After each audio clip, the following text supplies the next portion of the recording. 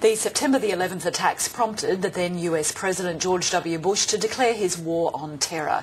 Almost 10 years on, questions are being asked about the strategy, given the long list of domestic issues now facing President Barack Obama. Well, here to discuss all of this is Professor Geoffrey Garrett from the US Studies Centre. Professor Garrett, the last 10 years are often referred to as the September the 11th decade. What do you think the legacy has been?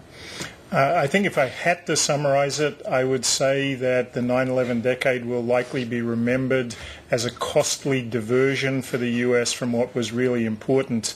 Obviously today, all attention in the US is focused on domestic issues, the economy and jobs above all, and therefore I'd expect, in fact, that more attention, or at least as much attention, will be paid to a jobs speech Barack Obama will deliver to Congress on Friday morning Australian time than to the day itself, the 10th anniversary commemoration, which will be a sombre, sober event as you would expect.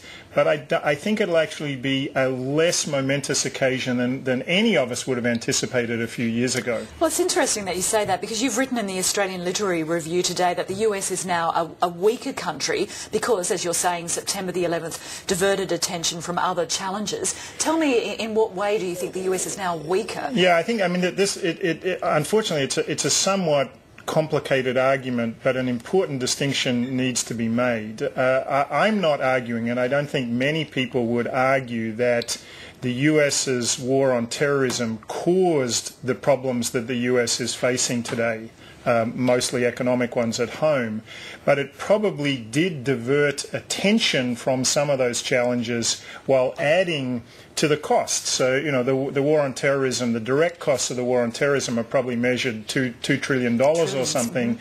That's smaller than the US public debt, $14 trillion. Did the Bush administration's domestic reactions to 9/11 cause the global financial crisis? I don't think so. But if you were, if you were ticking off what were the big challenges facing the US in, let's say, 2000, not a lot of people would have put fighting terrorism at the top of that agenda. They would have put the rise of China, the looming problems with American entitlement programs, Social Security, Medicare. Then September the 11th happened, and understandably the country's attention was redirected to the war on terrorism for a period of years, probably at least 5 years. Today we're seeing some of the costs of that, and the benefits of the war on terrorism are a little bit mixed, I think. The record is a bit mixed. Well, there's been a poll done by the Washington Post this week which shows that public pessimism about the direction of the country has jumped to its highest level in nearly 3 years, and that is because of the economy, isn't it? Not because of any fear about terrorism attacks. Yeah, that's right. I mean, I think that this week, actually, in the opinion polls, is the lowest ebb for Barack Obama as president. So this right direction, wrong direction indicator for the country is as bad as it was when George Bush was in the White House, and Obama's opinion poll numbers are lower than they've been at any point in his presidency. That's not because of his policy on Libya or Syria or his strategy for getting out of Afghanistan.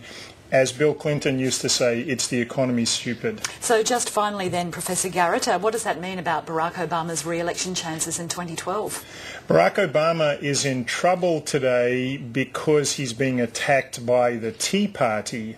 But his ultimate fate next year in the presidential election will depend upon whether the US employment picture improves materially. Obama wants to do something about that by spending more money. The Tea Party won't let him do that.